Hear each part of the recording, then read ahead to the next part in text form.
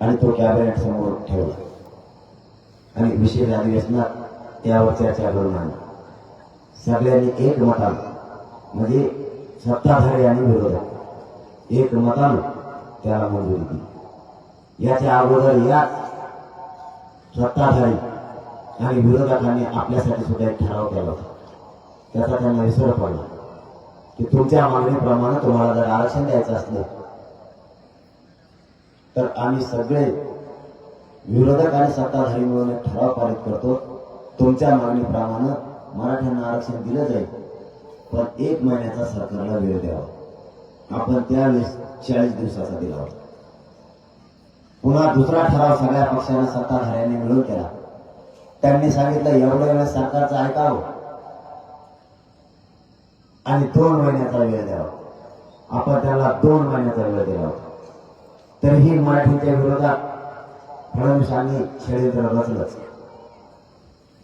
त्यांनी 20 तारखेच्या अधिवेशनात सगळ्या स्वाऱ्यांची अंमलबजावणी, हैदराबादचं गॅजेट, बॉम्बे गव्हर्नमेंटचं गॅजेट, सातारा संस्थांचं गॅजेट, 1881 ची जनगणना,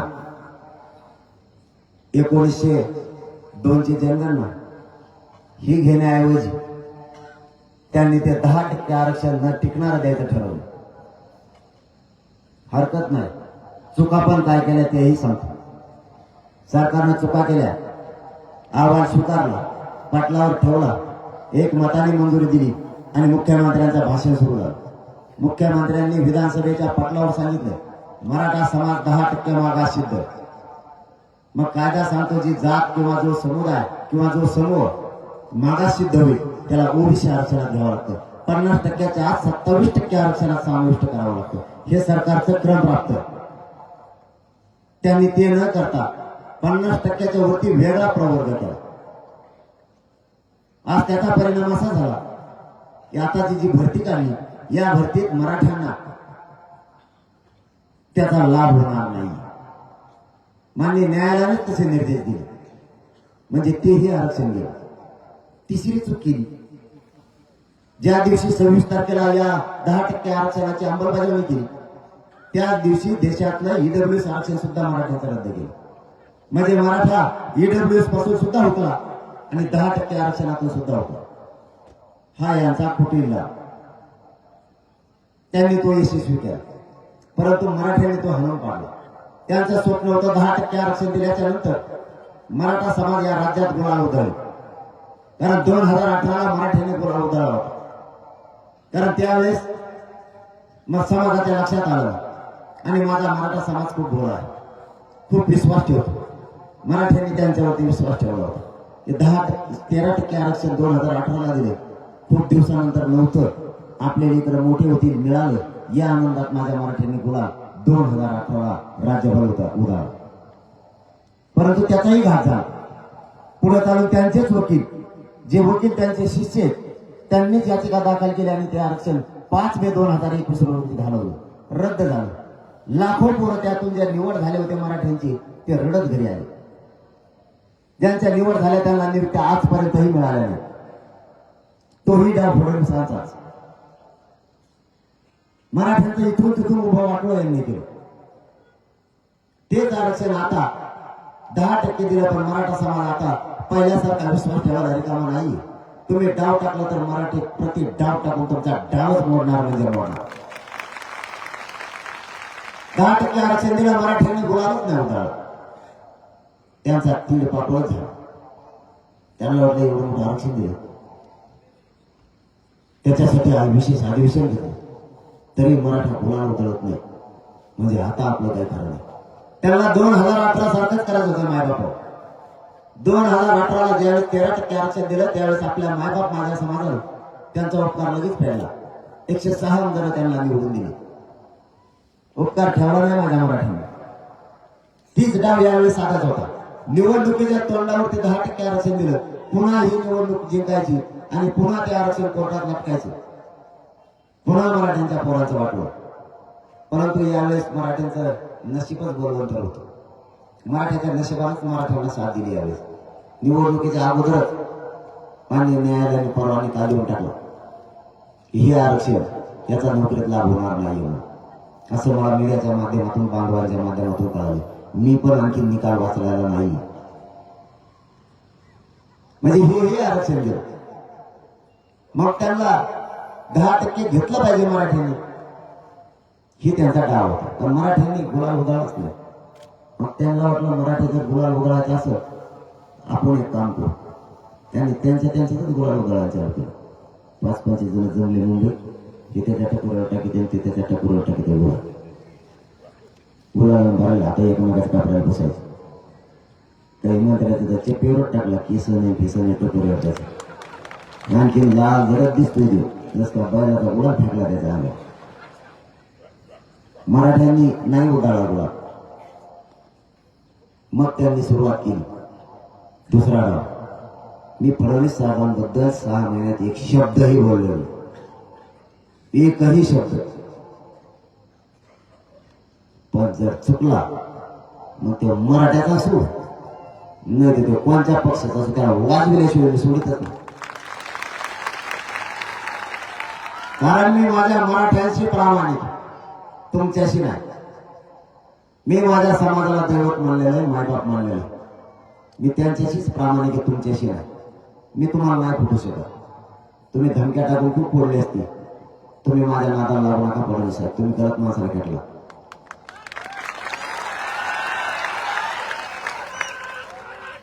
तुम्ही माझा नादच करू नका कसला. कारण मी ऐकू शकत नाही. मी निष्ठावान आहे, माझ्या समाजावर निष्ठा आहे माझी. मी माझ्या समाजाला मायबाप म्हणलेलं आहे आणि बापाशी गद्दारी करणारी पैदास माझी नाही.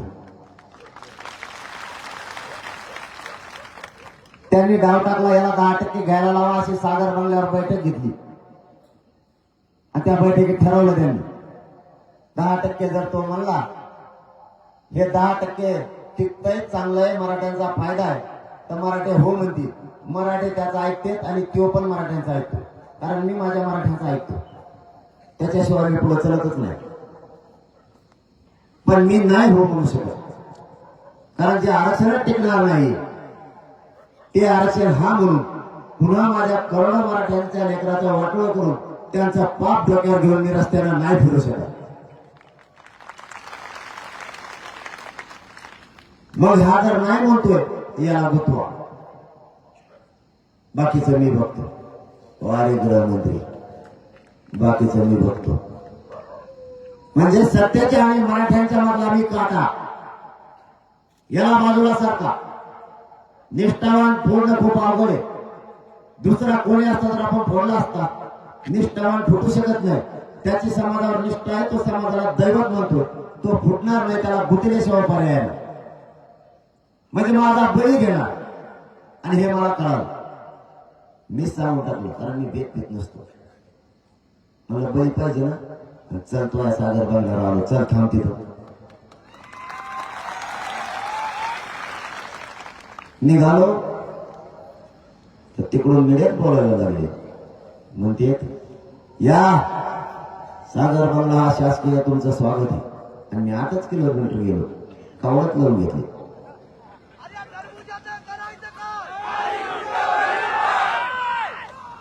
चांगलं नाही हे वागणं. तुम्ही पालकत्व स्वीकारले राज्याचं, एका मोठ्या पक्षाची जबाबदारी तुमच्यावर आहे. कायद्याचं पालन करणं तुमची जबाबदारी. काय झालं असं नसन झालं माहित नाही, परंतु आपले मायबापाच्या भूमिकेत आपण एक राजगादी आपण स्वीकारली. या जनतेनं तुम्हाला त्याच्यावर बसवले. न्याय देणं तुमची जबाबदारी. कायदा हातात दिला किंवा एखादं मंत्रीपद हातात दिलं म्हणून त्याचा गैरवापर करून गोरगरीब मराठ्यांचे पोरं गुतवायचे, त्यांच्यावरती खोटे केसेस करायच्या, त्यांना गुतवायचं. नवीन डाव 4था चालू केला. तुम्हाला 5वा डाव सांगतोय. जेसी लावलेत आपल्या लोकांना फुलं टाकायला. मी लय वेळेस सांगितलं नका लावू म्हणून, पण पोटे ऐकत नाही, लावतेच. बरं तुमचं काय चाललंय? लावलं तर लावले. फडणवीस साहेबांचं काय चाललंय? त्याचं हे नीट हे का तुमचं वजन कमी व्हायला लागले? प्रॉब्लेम काय तुम्हाला? जेसीबी आमचे, फुलं आमचे, लोक आमचे, पैसे आमचे, वावरात उभा केल्यात आमच्या. तुम्हाला काय नाही, तुमच्या दारात का भिकार पडलं घ्या. त्या जे शिपायाला गुन्हे दाखल करायला चालू केले. अरे काय नीच पाहणार, काय नीच सारखी तुमची वृत्ती. इतक्या खालच्या दर्जाचा गृहमंत्री असावा आणि मराठ्यांविषयी एवढा द्वेष. त्या जे शिपायाला गुन्हे दाखल. दुसरे गुन्हे कोणते केले? बोर्ड लावले आपण चलो मुंबईचे, ते बोर्ड काढायला चालू केलं पोलीस बांधवांच्या हातातून. त्यांना काय दोष देत आहे? त्यांना दोष देऊ नका, वरून आदेश येते. त्यांना काढायला सांगितले ते काढते. मी विचारलं वर फिरत, मी फोनला येत असतो, मी ढिला पडत नाही. मी एका अधिकाऱ्यांना फोन करून सांगितलं, मला साहेब बोर्ड का काढताय, काय कारण त्याचं? ते म्हणले वरूनच आदेश. मग आणखी वर सरकवलं, वर कुर्सी घे बाबा. वर सरकवलं, वरच्याला फोन लावला, म्हणलं साहेब काय अडचण? ते म्हणले पाटील वरूनच आदेश. जाऊ द्या म्हणलं. आणखीन वर सरकवलं थोडं. मी वर सरकार मागं पुढं बघतच नाही. कमिशनर साहेबाला सुद्धा विचारलं, ते म्हणले पाटील वरून आदेश. वर सरकवलं आणखीन थोडा. केलं पुढे थेट गृहमंत्र्यापाशी गेलं, तिथून आदेश येते. काय गृहमंत्री पद चालवत आहे, काय जनतेविषयी तुमची भावना, काय द्वेष आहे तुमचा इतका. बरं झाला आता उघडा पडला, नसता तुमच्या चेहऱ्याकडे बघून लोक चलत होते चांगला आहे. तुमच्या पोटातले सगळे विचार बाहेर पडले आणि समाज तरी खुश झाला, समाज तरी हुशार झाला. मराठा समाजासह इतर समाजाचे बांधव हुशार झाले की आपल्याला सुद्धा असंच करू शकते म्हणून. दुसरं, त्या बोर्डावर काही लिहिलंय का काढायला? उद्या सकाळी 11 वाजता कापाकापी करण्यात येणार आहे असं लिहिलंय का? त्या बोर्डावर काही लिहिलंय का दहशतवादाचं केंद्र या ठिकाणी प्रशिक्षण घ्यायला या? उद्या सकाळी एकामेकाच्या टांगड्या मोडून गळ्यात होता. अरे मग काढता का म्हणून त्याच्यावर पक्षाचं चिन्ह नाही, आचारसंहिता लागली का? अरे मग काढतो का म्हणून हा फोटो म्हणून काढतो का? अरे पण तू जरी फोटो काढले, एवढं काय भेव वाटायला लागले तुम्हाला माझ्या फोटोचं लगे? एवढी काय भीती आहे तुम्हाला? तुमचे लावा ना 200 फोटोच लावा आणि त्याच्यावर वर बसावा तुम्ही टांगड्या सोडून. आम्हाला काय घेणं आहे का? जे शिब्यावरून एका त्यांच्या अमित शहा साहेब संभाजीनगरला आले होते आणि अमरावतीला काही यवतमाळ मोदी साहेब आले होते. मला इकडे मराठी फोटो टाकते, तिकडे पडले नाहीत. मग मी काय करू? त्यांच्यावर पडले नाहीत मी करू काय? त्यांच्यावर नाही पडले, टाका दोन त्या ट्राक आणून होता त्यांच्यावर. आम्ही काय नको म्हणलो का? इतकी जळावरती मराठ्यांच्या पोराने रॅल्या काढल्या, ते गुन्हे दाखल. आता तिथून मागे झोपले होते का? नुसता द्वेष कशासाठी? 10% घे म्हणा, नाही तर तू मला झोपेते साहेब. तुम्ही ते भ्रष्टाचारी होते म्हणून बेलेन तुमच्याकडे आले. भोपाळमध्ये मोदी साहेब म्हणले अजित पवार साहेबांचा 70,000चा घोटाळा बाहेर काढल्यावर काय होईल, एवढंच म्हणले. हे दुसऱ्याच दिवशी सकाळी उपमुख्यमंत्री झाले. आता झाले स्वच्छ. एकाचा रुपयाने घेतलेल्या या आंदोलनात माझ्या मराठ्यांच्या कष्टाचे पैसे, माझ्या मराठ्यांनी आंदोलन चालवलंय. तुमच्यासारख्या जनतेचं रक्त पिऊन कमवलेली प्रॉपर्टी नाही आमची. माझा समाज घाम घालतो, रात्रदिवस कष्ट करतोय. याच्यात कोणीच नाही. यासाठीच काही नेमा तुम्हाला सापडूच शकत नाही. याच्यात काही या आंदोलनाच्या मागे कोणीच नाही, फक्त मराठा समाज आहे.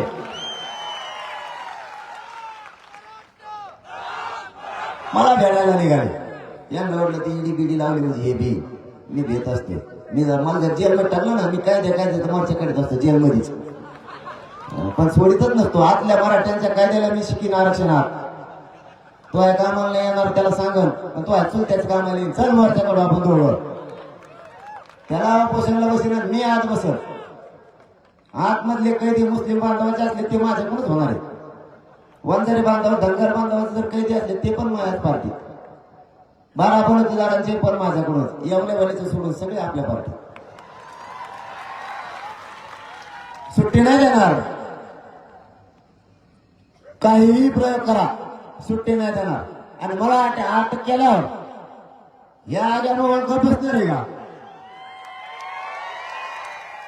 मी गोरगरीब मराठ्यांचं काम करतोय म्हणून तुम्हाला एवढी पोट जळी. करोडो मराठ्यांचे लेकरं मोठे व्हावेत म्हणून मी संघर्ष करतोय. जीव तळ हातावर घेऊन रात्र दिवस काम करतोय की माझ्या गोरगरीब मराठ्यांचे पोरं मोठे झाले पाहिजे. आम्हालाही स्वप्न आहे. आमच्या आई बापाने स्वप्न बघितले. माझं लेकरू IAS IPS दर्जाचा अधिकारी झाला पाहिजे.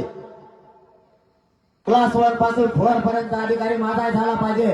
राज्यापासून केंद्रापर्यंत माझाही मराठ्यांचं लेकरू अधिकारी झालं पाहिजे.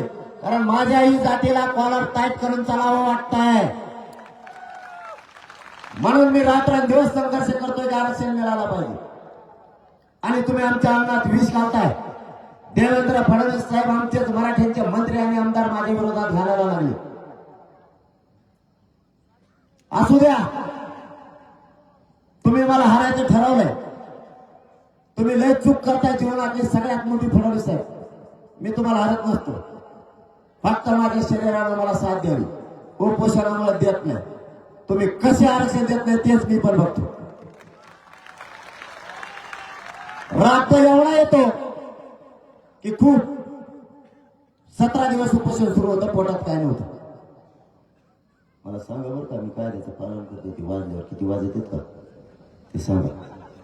त्याने ते वाजण्याचं मध्ये घातलं. आता हे वाजत आहे ते वाजत आहे. तुम्ही 10च्या नंतर सभा घ्या मग सांगतो तुम्हाला. आमच्यावर जे जे गुन्हे दाखल झालेत ना आता त्याचा हिशोब होणार आहे सगळा. आता आमच्यामुळे ट्रॉफिक जाम होती, त्यांच्यामुळे होती. त्या टायमाला मी होते गुन्हे दाखल बघतो ना आता कसं काय करीत नाही. ती गृहमंत्र्याकडेच बघतो, खालच्या पोलिसाकडे त्याला सोडतच नाही. आता त्यांनी कार्यक्रम लावला सगळा. थोडे दिवस हे पण म्हणा जास्त रग दाखवू नका त्या पदाची. चालला आता जवळ आले. मराठ्यानेच घराघरातून फॉर्म भरलाय. 12 मतदान पडले खासदार. तुम्ही बसा घरी आले. ज्याचा वाडा मोठा तेव्हाच खासदार. आता इथे गेलं पुढं. आता बस टकुरवर घेऊन मशीन बस डांबरीवर राहत होता. आता कुठं अतिशी ऐका केंद्रावर राहत राहायला जागा. शाळा वावरात रात्री मराठ्या जागा. मराठी जर उचल म्हणले तर कुठं ठुशील म्हणून बस स्टँडवर ठेवतो का?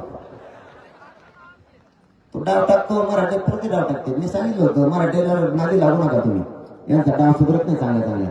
हे जर डोक्यात घेतलं तर आयुष्यभर गुलाल लागून देत नाही एखाद्याला.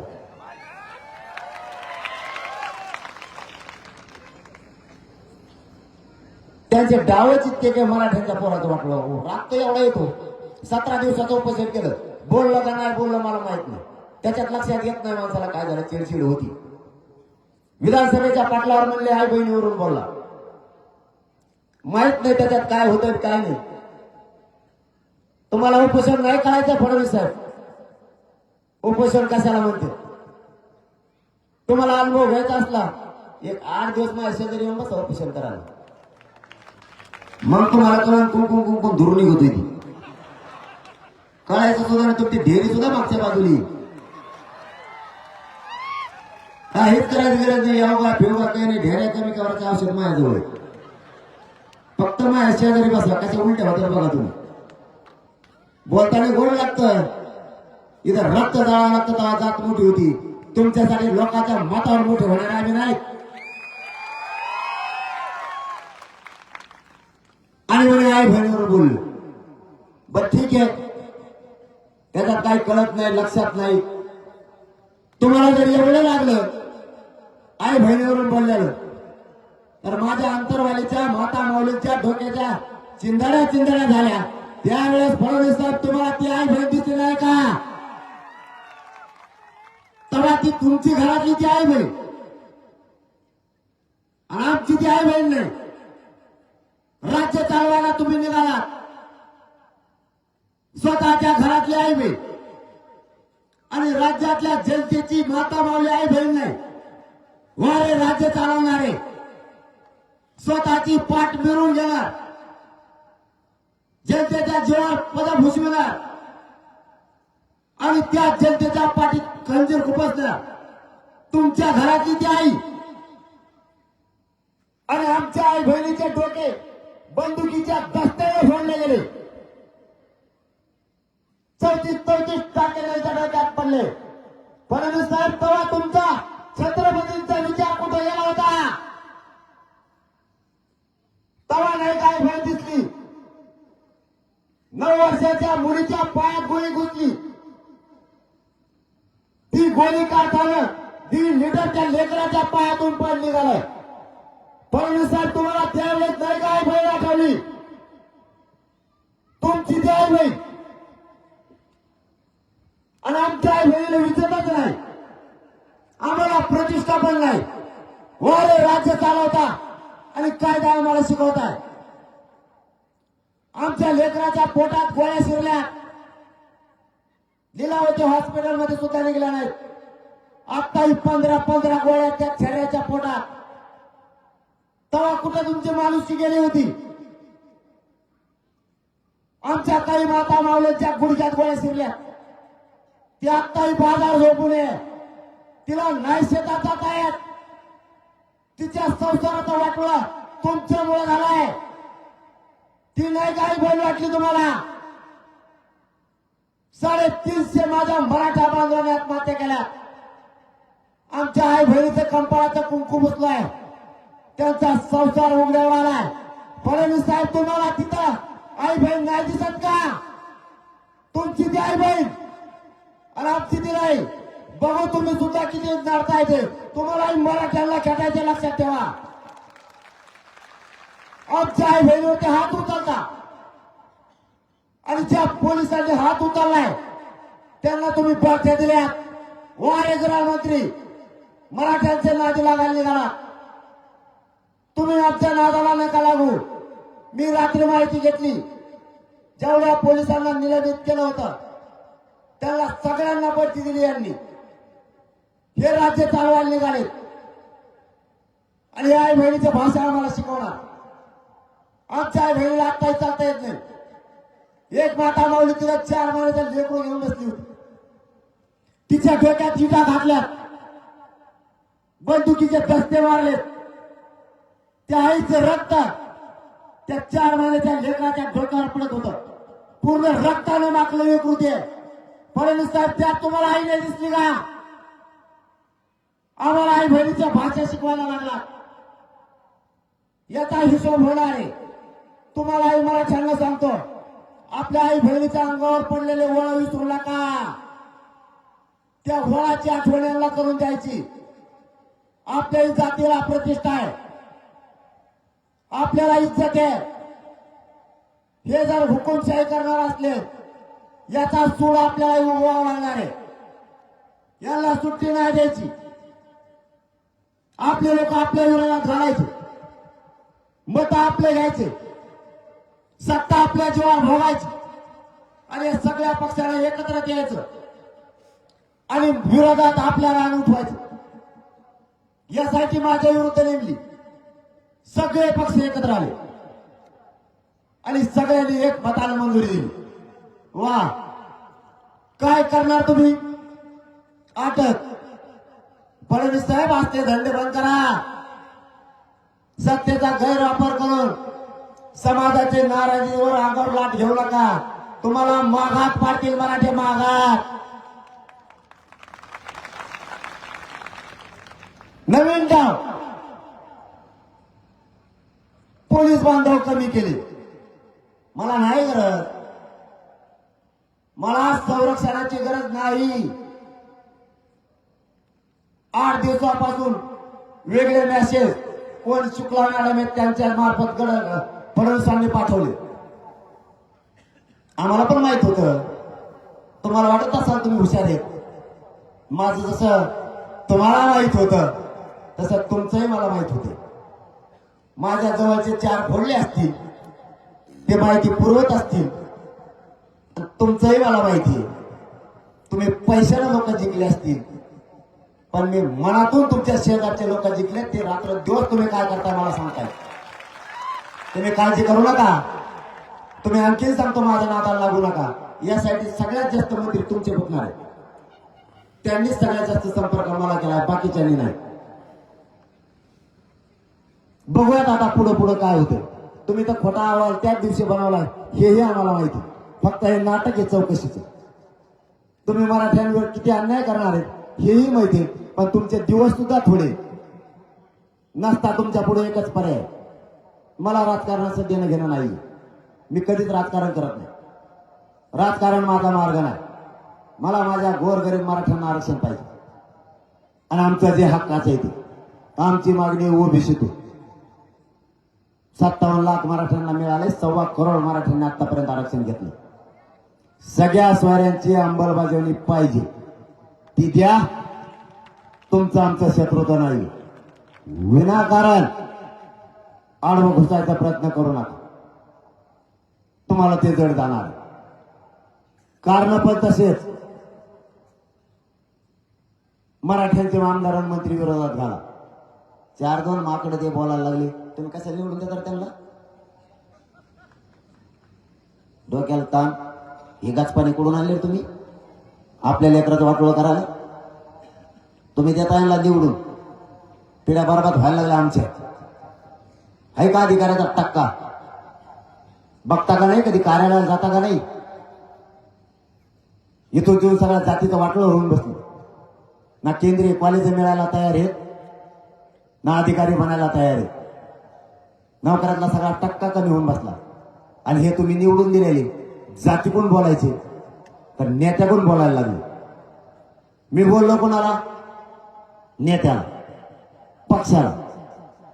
माझ्या समाजाच्या विरोधात कोण उठलं? मराठ्याचे आमदार आणि मंत्री. म्हणजे तू त्या जातीचा, मी त्या जातीसाठी भांडतो. तूही आरक्षण घेणार आहे, नोकरदार मराठाही घेणार आहे, व्यावसायिक मराठा, शेतकरी मराठा, कष्टकरी मराठा सगळेच घेणार आहे. आता राजकारणी मराठा पण घेणार आहे. तो बोलतो कोणाकडून? नेत्याकडून. का? आमच्या नेत्याला बोलला, आमच्या पक्षाला बोलला. तो अपक्ष आहे का जाती? नेत्यालाच बाप मानायचं का? जातीला बाप नाही मानायचं? ही जातीने तुला मोठं नाही केलं का? जातीहून बोलायचं शिका. आणि तुम्हालाही सांगतो, आता लेकरं डोळ्यासमोर ठेवा जरा. लेकराच्या भविष्यासाठी लढायला शिका. बस झाला यांना मोठं करायचं. आता खूप मोठं केलं तुम्ही यांना. आता तेच आपल्या मुळावर उठले. आपल्या जीवावर दादागिरी करते सगळ्या दुनिया. आता तुमच्या पुढं माझ्या पुढं एकच पर्याय. आपल्याला आपलं आरक्षण मिळवायचं. मी शब्द देतोय तुम्हाला. मला जेलमध्ये बी टाकलं, मान बी कापून नेली. मी मात्र ओबीसीतून मराठ्यांना आरक्षण दिल्याशिवाय माग घाटायला तयार नाही, हटणार सुद्धा. जेलमध्ये जरी सोडलो ना, आरक्षण घेतल्याशिवाय सुट्टी नाही. मी तुमच्या बळावर लढतोय, तुमच्या पाठबळावर लढतोय. मराठ्यांच्या घराघरातले लेकरं गोरगरिबांचे मोठे व्हावेत म्हणून संघर्ष करतोय. तुमच्या पाठबळाची आणि आशीर्वादाची मला गरज आहे. सगळे एक जीवाने एकजूट राहा. राजकारण्यांसाठी आपल्यात फूट पडू देऊ नका. नसता आपल्याच पिढ्याना पिढ्या लेकराचं वाटोळं होणार आहे. तुम्ही सावध राहा. आता बेसावध राहू नका. आता जर पुन्हा असंच करायचा प्रयत्न केला, दुसरा डाव रचायला सुरुवात आहे. पोलिस कमी करून त्याला आजूबाजूला न ठेवता 2-2, 3-3 किलोमीटर लांब ठेवायचं.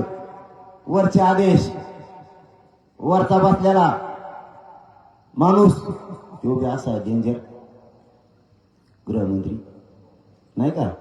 आपलं ते लेकरू जन्माला नसतं 5चा कार्यक्रम, लेकराचं नाव ठेवते त्या दिवशी 5. तुमच्याकडे का ठेवते? 5ला ठेवतात ना. ते काय म्हणतं माहिती आहे का? आपण आत्या आणतो म्हणून, आणि त्या आत्या कानं फुकी दी आणि नाव ठेवते त्या पोराचं. त्या भूमिकेत फडणवीस साहेब सध्या पोलिसाची कानं फुकी दी आत्या. करा गुन्हे दाखल, करा गुन्हे दाखल. आत्याच्या भूमिकेत आहे सध्या. अरे आत्या नवीन डाव चालू केला. मागं पुढं पोलिस लांब ठेवायची 2-2 किलोमीटरवर, काही गरज नाही म्हणून. आणि भाजपच्या कार्यकर्त्याकडून हल्ला घडवून आणायचा. बा गृहमंत्री ये बरं म्हणा, त्याला गाडीच्या पुढे मग दाखवतो तुला. तू नुसता गाडीच्या पुढे माहिती कोण कार्यकर्ता आहे त्याला म्हणा. तू महाराष्ट्रात कोणत्या कोपऱ्यात? मी भेट नाही या साईडला सुद्धा नाही. काय आले काय चर्चेला? लांब जाऊन टकोऱ्या टाकશે ना मला. लांब जाऊन जाते हे वरूनच येतात. मला वाटतं आले काय चर्चा. कालपासून बदलल्याच झालं. पेपरला बातम्या आहेत ना आज. आता काही ठेप्याला आली. आता म्हणते लागू करायचं सगळ्या सोयऱ्याचं. लवकरच लागू करायचं म्हणतात पटकून. पहिल्यांदाच केलं असतं तर कशाला वाढलं असतं एवढं. आता तर आपली तयारी कार्यक्रम घ्यायचे. 900 एकर रान बघितलं आपण, 10 टेमा फिरतात आपल्या 10. आपल्याला आणखी 1,500 एकर मिळाला. पार्किंगला जागा लागते आपल्याला खूप. पहिले जे तुम्हाला हाक दिली त्या टायमाला तुम्ही 1.5 ते 2 करोड लोक आंतरवाली लागले होते. पुन्हा एकदा जर दडपशाही गुंडगिरी पदाच्या जीवावर फडणवीसांनी सुरू ठेवली ना, तर 5 ते 6 कोटी मराठ्यांनी पुन्हा एकदा एकत्र यायचे. गावाची गावं झाडून पुसून बाहेर काढायचे. लेकरा बाळासह माता माऊल्यांनी सगळ्यांनी बाहेर पडायचे. ज्याच्या गावात चोरी होईल ते गाव पुरं आंदोलनाला आलतं म्हणायचं. सगळे गावात 2-3च माणसं ठेवायची घरं सांभाळायला. सगळेचे सगळे तिकडं. आपण 900 एकर बघितली, कारण मराठी आता बसत नाही कसल्याच ग्राउंडवर. या जगाला शक्ती दाखवायची एकदा मराठी म्हणजे काय. इतक्या ताकदीने मुंग्यासारखी लाईन लागली पाहिजे. ड्रोनच्या कॅमेऱ्यात सुद्धा मराठी बसले नाही पाहिजे. ड्रोनचे कॅमेरे जर उसात पडले ना, सापडत नाही पाहिजे. इतक्या ताकदीने तिकडे या. जर परभणी हिंगोली दोन्ही जर तिकडे निघाले तर तुमचं शेवटचं टोक तुमच्या गावात, पुढचं टोक सभाच्या ठिकाणी. 200 किलोमीटरवर तुम्हाला तो भरायला जागा नाही. तुम्ही जिथं उभा तिथंच सभा सुरू. इतक्या ताकदीनं बाहेर पडा. आता ऊन वारा लेकरासाठी काय नाही बघायचं. ज्यांची दहशत मोडावं लागणार ती वेळ त्यांनी आपल्याला येऊ देऊ नये. जर ती आली, 14 राज्य फिरणार आहेत, तर बहुतेक 14 राज्याची बैठक होईल. मी आता खूप जबाबदारीने हे शब्द बोलतो. सगळ्याच देशातले क्षेत्रीय मराठी एकत्र यायची तयारी ती म्हणून जाऊद्यामध्ये आता महाराष्ट्रातल्या मराठ्यावर अन्यायामध्ये देशावर अन्याय हे लोन खूप पसरलंय एकट्या फडणवीस साहेबांमुळे. मोदी साहेबांचा कार्यक्रम फक्त फडणवीस साहेबांमुळेच व्हायला लागला आणि अमित शहा साहेबांचा सुद्धा. कारण यांना सत्तेची एवढी मगरुरी की फक्त जनतेच्या विरोधात वापरायला लागले. जनता उठली, जनतेने उठाव केला मग यांच्या विरोधात. त्याला नाविलाज आहे. हे होणार. फक्त तुम्हाला माझी विनंती, तुम्ही एकजूट फुटून देऊ नका. आरक्षण मिळवायचं, काहीही झालं तरी मिळवायचं. मी फडणवीस साहेबांच्या विरोधात एकही शब्द बोललेलो नव्हतो. ते विरोधात गेले, माझं ते याचं लागलं होतं. ते एअरपोर्टच अरे ते पुढे गेलं का 7-8 दिवस झाले सापडा नाही. झोपला का पण बर्फाचं हिमालय तिकडे गार पाडा. त्याला वाटलं असं बरं झालंय जा तिकडे गेला आपल्या वाट्याला होतं. पण तेव्हा बोलला ना, गप्प पाडा बरं आहे म्हणा. तू गप जर बोलला ना तुला सोडणारच नाही. तो सगळ्यात जास्त मराठीचं वाटलं केलं. तू मागच लागणार नाही तर मध्ये बोलला. आता सगळं आरक्षण त्याने एकट्याने घातल्यावर वाटलं गेलं. आणि सगळ्या ओबीसी 12 बलुतेदारांचं सुद्धा वाटलं त्यानेच केलं. 80% महामंडळ एकट्याने खाल्लं तिने. ती महल आपला काढायला बाहेर निघालाय. कुठं पैसे म्हणून तू 100 एकर जमीन घेतली. एक टाकली तर नाही पत्ता. चष्मा घातला देत असला निवार 15 रुपयाचा जत्रातला आणि ते म्हणते 100 एकर जमीन घेतली. ती घेतली नाही. 170 एकर जमीन ती सभेला होती. आम्ही ती घेतली कार्यक्रमाला असं म्हणलं. तेव्हा म्हणलं विकतच घेतली. तो आहेत का बधीर आहे का मी जेलला जायला. तो सगळं कुटुंब अडचणीत आणलं. तू अडचणीत येऊन म्हटला गेला तिकडे कांदे खायला. बोलतो मी तसला देऊन. मी त्याला म्हणलं तू बेसन भाकर खाऊन आला. तो म्हणतो त्याला काय माहित मध्ये काय मिळतंय. मध्ये बेसन भाकर आणि कांदा मिळतो. मग काय गोणीभर जस काय लढायचं कोणाला असं सांगतोय. आता गप्प पाडाय गप्पच राह. फडणवीस साहेब त्या महाजनांना गप्प बसवा. माझ्या अंगावर याचा प्रयत्न करू नका म्हणून. ते तर बोलता बोलतात म्हणून गेले.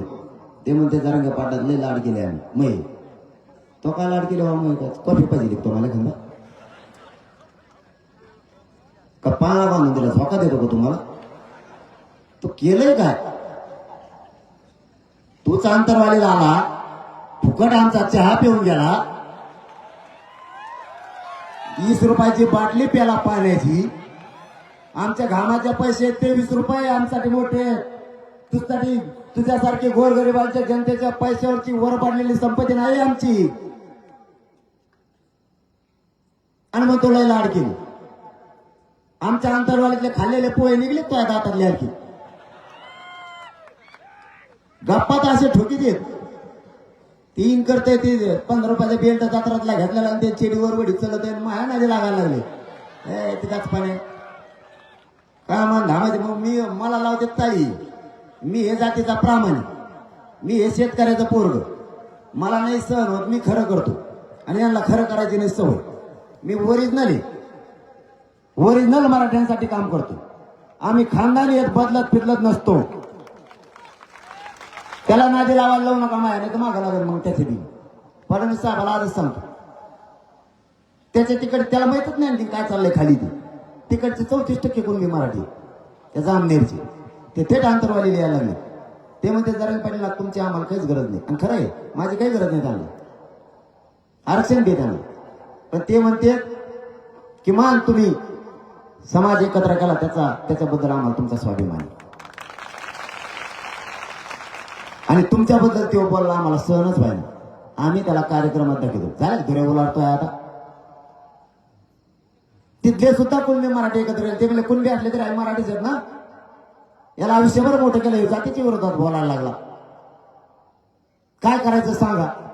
आता ते जर 34% विरोधात गेल्यावर याच्या टांगा पलटी होणे तर चाक तरी सापडत का. कुंकड काय बोलते यांचा भरोसाच नाही. मंत्रीपद बस्तीच्या जोरावर बोलायचं, कोणाला बोलायचं. माझ्याजवळ काय मग यासाठी चौकशी करायला. यासाठी चौकशी कोणाची असते. 1,500 खुनं केली त्याची.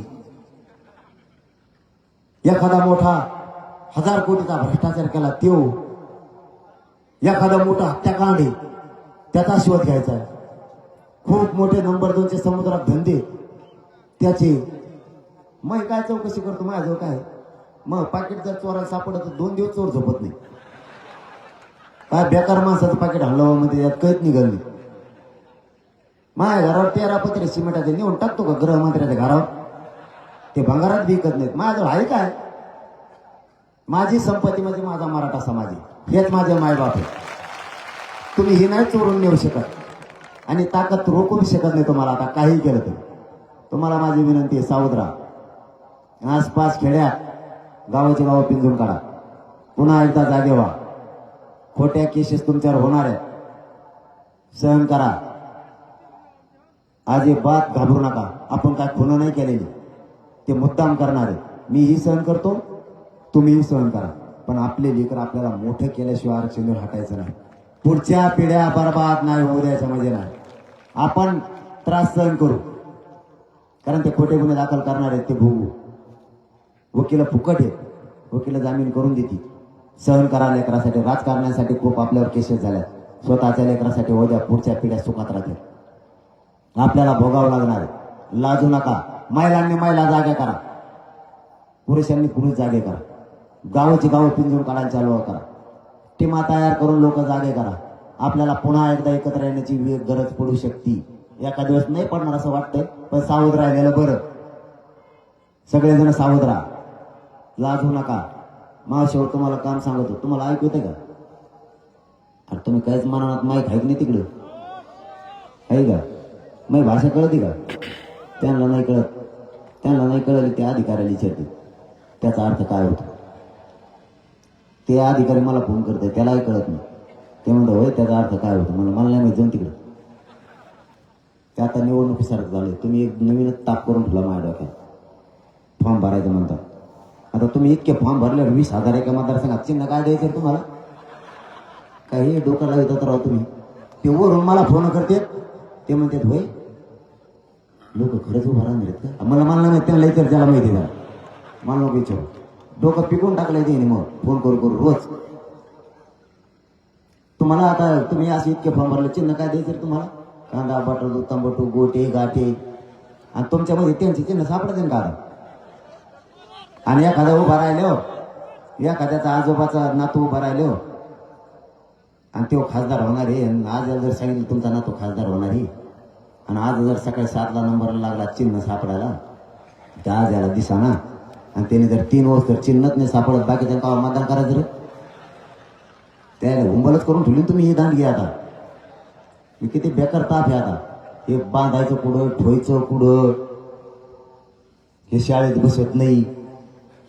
3च केंद्र असते, एक शाळेत आणि 2 वाजत्यावर. बसल का शाळा त्या. आता का टकोर नेमते का त्यांच्या ते. आणि मराठी जर अनाथ टाकल्यावर ते 1.5 किलोमीटर राहील आता. आणि ते मराठीत उचल मारायचं म्हणलं ट्रेन कुठून यायची ती. अरे तापच केला तुम्ही डोक्याला तर हे होती फॉर्म भरायचा का लाईनीत भरायला तुमच्याच दीड एक महिना जाईल फॉर्म भरायची बाकीचे का भरायची आणि त्या नेत्याचा नंबर येईल का फॉर्म भरायला आता त्याचं चिन्ह तरी सापडलं पाहिजे आपल्यामध्ये मोठं डोकं लावलं हो तुम्ही कमाल आहे तुमची हा निर्णय माझा नाही आहे माझ्या समाजाचा मी समाजाचा मालक नाही समाज माझा मालक आहे मी मुलगा म्हणून फक्त काम करतो मावशी तुम्हाला एक काम सांगतो आता तुम्ही लाजायचं नाही तुम्ही शेतात काम करताना लाजता का कारण तुम्ही जर शेतात काम नाही केलं तुमचे लेकरं मोठे नाही होणार तुम्हाला रात्रंदिवस कष्ट करावेच लागणार तरच तुमचे लेकरं मोठे होणार शेतात काम करायला काय लाजायचं दणादण कामं करायची तसं या आरक्षणामुळे तुमचे लेकरं मोठे होणार महिलांनी महिला जागा करायला काय अडचण आहे फक्त तिला एवढंच सांगायचं तुझ्या पोराचं कल्याण होणार आहे माझ्या पण होणार आहे महाराष्ट्रातल्या घराघरातल्या लेकरांचं कल्याण होणार आपण सगळेजण ताकदीनं लढू शांततेत आणि आरक्षण मिळू हे सांगायला काय लाजायचे जरी एका बारनाळावर भांडणं झाले असले एकमेकाला भांडे आणला असलं तेवढे बार सोडून दे बाया म्हणा तू आरक्षण मिळाल्यावर 5 भांडे आण मला पण सध्या आपण दोघी जणी एकत्र राहून लढू काय लाज त्यात काही काही मावशा म्हणतात मला लाज वाटत जाऊ दे आता काय करते मग तुला लाज वाटते करते आम्ही काय करते पण मला एक प्रश्नाचं उत्तर दे ना तो आज दीड निवडणूक तू भरायला मग कसं गली गली पावड्या घेऊन पळायची तर अनेक लाज वाटत पता घाण कबशी सरशी गया एवढी बारती निवडून तो आधी मोठा होतो हे साहेबाच असतो कोणत्या तरी ते दोघं मोठे होते तो आधी ते देतो एखादा गटार गुटार नाली भाली ते सुधारते आपल्या पोराचं कसं तोडायला पाडायचं आपल्या पोरांचं काय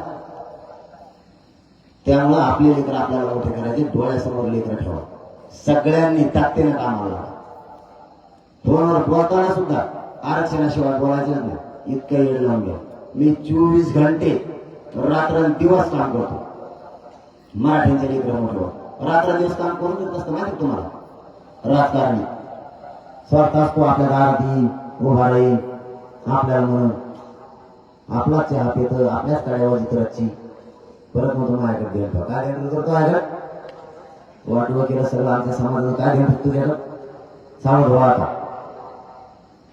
आपल्याला पुन्हा एकदा एकत्र यायची वेळ येणार आहे तुम्हाला माझा शब्द कारण मला पुढेच जायचं घ्या पुढं जायचं वसमत मी इकडे पण जाऊन जायचं नाही परत हे तुम्ही मला रात्र भरले टेन्शन द्या तुम्ही फोटो काढणार खाली उतरलं तरी 1 काढून देईन 2 काढून देईन 3 वाजता मला जायचं आणि परत मध्ये काढ दिले फोटो काढायला तुम्ही पाय तुम्ही तुम्ही 9च्या पुढे हातात हात द्यायचं टेन्शन मला येते माझ हातात हात धरता सतत फोटो काढायचं मला घोळले होते दारू सोडा 2च कामं करा मराठी आपल्या लेकराला आयुष्याचं आरक्षण मिळून द्या आणि व्यसनापासून आमच्या आपल्या जातीची प्रगती कोणीच रोखू शकणार नाही कोणी बांधवी प्रकाराची कमी करा ते 2 वर फुसून 5-5 पिढ्या झाले लोक बोला मग आपल्या त्या बांधायला बांधला हे 13 शिलांना सागे आले आतापर्यंत कल्याण झालं ना मराठ्यांचं बांधाचे भांडण व्यसनापासून आमचा तुम्हाला माझी विनंती एकजूट राहा आरक्षण मिळवायचं माझा शब्द आहे तुम्हाला यांनी किती दडपशाही केली गुंडगिरी केली 1 इंच सुद्धा माझं सरकार नाही आज जाता जाता तुम्हाला शब्द देतो माझा जीव जरी गेला तरी मराठा समाजाच्या लेकराच्या डोक्यावर ओबीसीतून आरक्षण घेऊन गुलाल टाकल्याशिवाय 1 इंचही माझं सरकार नाही शब्द देतो आणि थांबतो धन्यवाद जय शिवराय तुम आगे बढ़ो मला रस्ता करून द्या रस्त्यात मध्ये सर्वांनी जागेवर थांबायचे रस्त्याने जायचे आपल्याला आम्हाला जायचं नाही प्रेस सांगा सर्वांनी जागेवर थांबायचे सर्वांनी जागेवर थांबायचे सर्वजण जागेवर उभा टाका या संवाद बैठकीची सांगता राष्ट्रगीताने होईल एक गती चालू आहे चला भाई जागेवर थांबायचे मला जायचं नाही चला भाई या व्हेरिगेटीचा कोणी हात लावायचं नाही चला प्रेस सावधान एक साथ राष्ट्रगीत सुरू करेंगे शुरू कर अधिनायक जय हे भारत भाग्य विधाता पंजाब सिंधु गुजरात मराठा द्राविड उत्कल गंगा विंध्य हिमाचल यमुना गंगा गंगा उच्छल जलधि तरंग तव शुभ नामे जागे तव शुभ आशीष मागे गाहे तव जय गाथा जन गण मंगलदायक जय हे भारत भाग्य विधाता जय हे जय हे जय हे जय जय जय जय हे